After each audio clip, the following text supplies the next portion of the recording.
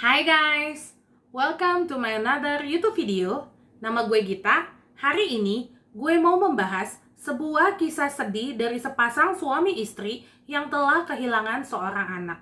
Guys, kalian buat para orang tua wajib banget belajar dari kisah ini ya.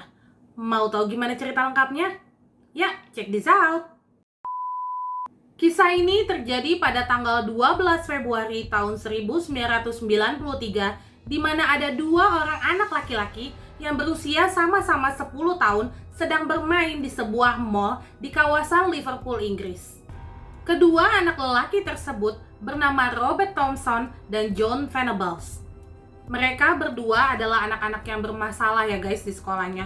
Mereka ini seringkali bolos dari sekolah dan pada hari itu mereka juga diketahui bolos dari sekolahnya untuk bisa main ke mall. Di dalam mall, Robert dan John mulai deh tuh melakukan aksi-aksi kejahatan yang kecil seperti mencuri permen dari toko permen atau mencuri boneka, mencuri cat berwarna biru dan mencuri beberapa baterai. Kayaknya mereka berdua ini udah sering melakukan aksi-aksi yang kayak gini ya guys. Sampai-sampai mereka ini bosen dong guys melakukannya dan mereka memutuskan untuk melakukan sesuatu yang lebih ekstrim lagi. Mereka itu berencana untuk merayu dan menculik anak-anak dari pengawasan orang tuanya. Mereka mau membawa anak-anak yang mereka culik ini keluar dari mall dan mendorong mereka ke jalan. Guys, bayangin mereka berdua ini kan sebenarnya termasuk anak-anak ya, tapi punya gitu niat jelek untuk mencelakakan anak orang lain. Percobaan pertama mereka adalah kepada seorang ibu yang sedang berbelanja dan membawa dua orang anak. Putrinya yang berusia 3 tahun dan sang adik yang berusia 2 tahun. Kedua anak sang ibu ini berhasil dirayu dan dibawa oleh Robert dan John. Sang ibu panik melihat ternyata kedua anaknya ini menghilang. Secepat kilat akhirnya sang ibu ini langsung berlari memanggil nama anak-anaknya. Gak lama kemudian sang ibu ini menemukan putrinya. Ketika putrinya ini ditanya di manakah adiknya berada, putrinya menjawab adik laki-lakinya dibawa oleh dua orang anak laki-laki.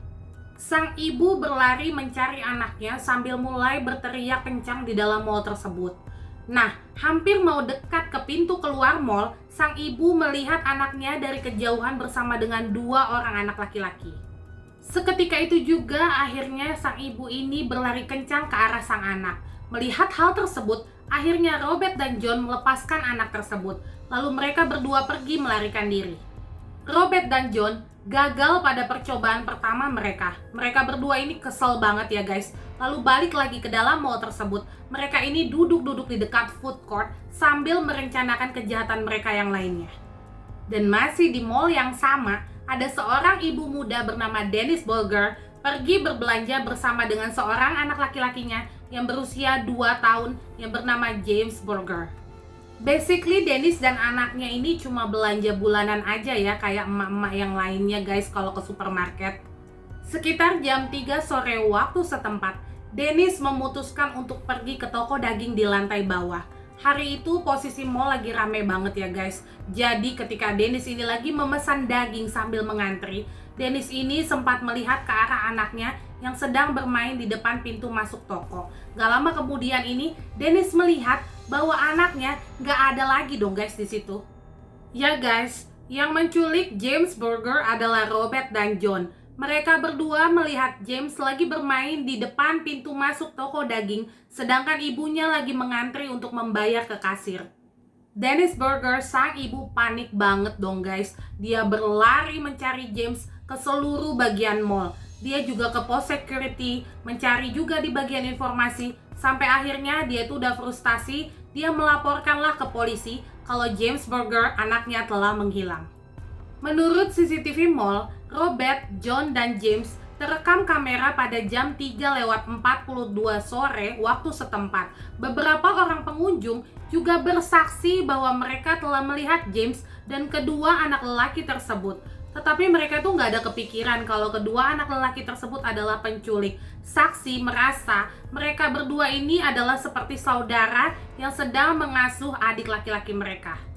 Setelah 1,5 jam kemudian, nggak ada tanda-tanda apa-apa dari keberadaan James. Akhirnya polisi dapat menyimpulkan bahwa James dan penculiknya telah meninggalkan mall tersebut. Kedua orang tua James yang bernama Dennis dan Rob Berger itu stres berat ya guys.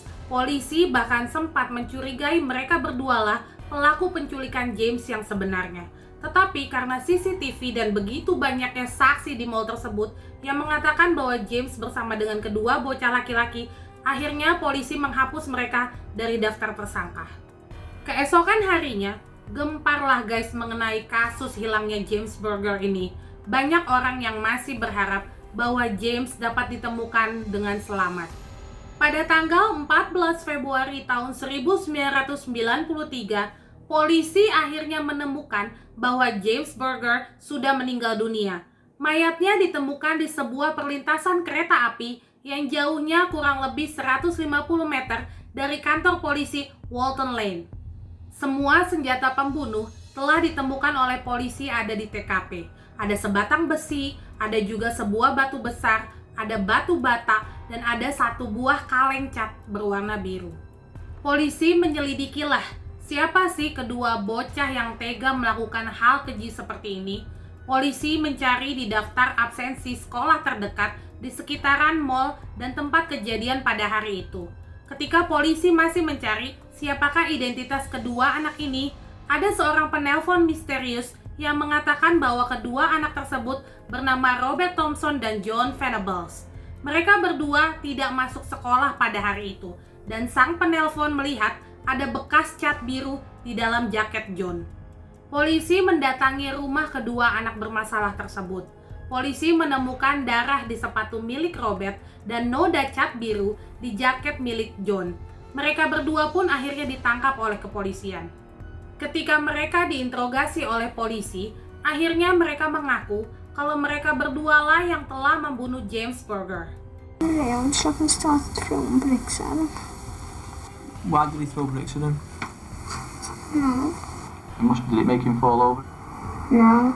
Berdasarkan saksi-saksi dan bukti-bukti yang telah ditemukan, serta pengakuan dari Robert dan John sendiri, menurut polisi, inilah kronologi yang terjadi ketika Robert dan John berhasil membawa keluar James dari mall. James itu menangis terus-menerus memanggil ibunya, tapi kedua penculik ini mendiamkannya. Mereka terus berjalan sampai mereka tiba di sebuah kanal. Disitulah mereka menjatuhkan James ke tanah dan meninggalkannya. Ada seorang wanita yang melihat kejadian tersebut, tapi nggak melakukan apa-apa dong guys. Setelah James itu dijatuhkan, James ini tetap mengikuti mereka dari belakang. Kepalanya terluka dan memar, lalu mereka memasangkan jaket kepada James untuk menutupi luka tersebut.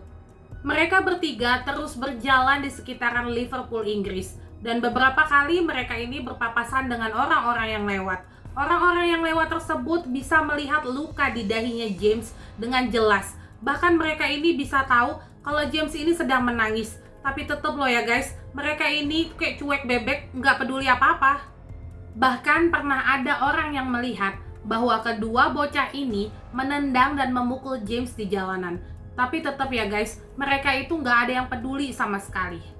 Sekitar jam 5 sore waktu setempat, ada dua orang wanita yang mendekati mereka bertiga untuk menanyakan apa yang terjadi karena wanita tersebut melihat James menangis dan penuh luka-luka. Dan jawaban dari si bocah-bocah penculik ini adalah, kami baru saja menemukannya di bukit dan kami mau membawanya ke kantor polisi. Kedua wanita tersebut tampaknya percaya sama perkataan dari bocah-bocah penculik ini. Dan ketika salah seorang dari wanita tersebut mengatakan akan mengantarkan mereka ke kantor polisi setempat, temannya ini mengatakan gak usah lah, toh mereka juga kan gak ada masalah apa-apa.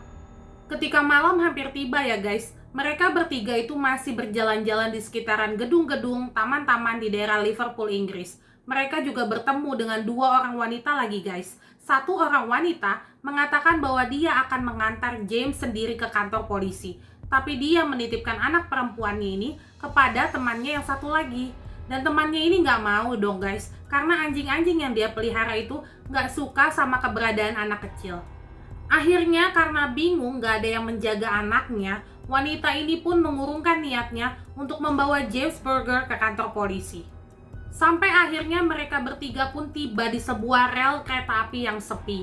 Kedua bocah penculik ini berdiskusi mau dibawa kemanakah si James Berger ini. dan mereka memutuskan untuk menyiksa James di situ. Robert dan John membawa satu kaleng cat biru yang mereka curi sebelumnya dari supermarket, dan cat tersebut dipercikan dong ke mata kirinya James, dan James pun ditendang. Dia pun dipukul juga dengan sebuah batu dan batu bata dan memasukkan baterai ke dalam mulutnya James. Kepala James juga dipukul dengan sebuah batang besi yang mengakibatkan 10 tulang tengkorak James itu patah. James dipukuli dengan sangat parah. Guys, James menderita 42 luka, baik itu di wajah, di kepala maupun di tubuhnya. Sampai-sampai pihak kepolisian tidak dapat menentukan cedera manakah yang menyebabkan kematian dari James Berger. Tubuh James ditempatkan di seberang rel kereta. Mereka berdua ini membuat semuanya terlihat seperti kecelakaan sehabis tertabrak kereta. Menurut kepolisian, penyiksaan brutal dan pembunuhan terhadap James Berger terjadi antara pukul 5:45 sampai dengan 6:30 sore waktu setempat. 9 bulan kemudian, persidangan untuk kasus ini pun dimulai. Di luar gedung persidangan, banyak sekali orang-orang yang berdemo meminta agar Robert dan John mendapatkan hukuman mati. Sesuai protokol standar yang berlaku di Inggris, untuk remaja yang melanggar hukum karena kasus pembunuhan atau karena kasus pembantaian, mereka berdua dijatuhi hukuman penjara dan melayani masyarakat sesuai dengan perintah dari Ratu Inggris. Jadi sebenarnya setiap kasus masa hukumannya itu berbeda-beda ya guys, tergantung dari kebijaksanaan sang Ratu Inggris. Dan untuk kasus ini, mereka berdua harus dipenjara dan melayani selama kurang lebih dari 8 tahun. Pada tahun 2001, akhirnya Robert dan John dibebaskan dari hukumannya. Dan mereka berdua diberikan identitas baru karena kemarahan publik terhadap mereka berdua. Akhirnya mereka ini dilindungi oleh hukum. Saat ini diyakini bahwa Robert Thompson sudah berbaur dengan masyarakat dan menjalani hidup yang normal dengan tenang.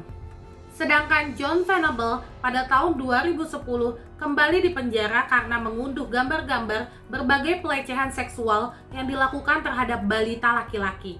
Dan pada tahun 2013, John mendapatkan pembebasan bersyarat.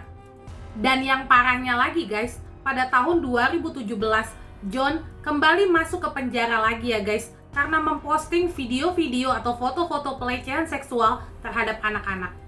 Demikian guys cerita kita untuk hari ini. Pelajaran buat ibu-ibu yang suka belanja bawa anak ke supermarket atau ke mall. Dijaga ya anak-anaknya bu, jangan sampai terlepas pandangannya dari kita. Terima kasih banyak buat kalian semua yang udah nonton video gue dari awal sampai akhir. Jangan lupa untuk selalu support channel YouTube gue dengan cara like, comment, subscribe, dan share ke teman-teman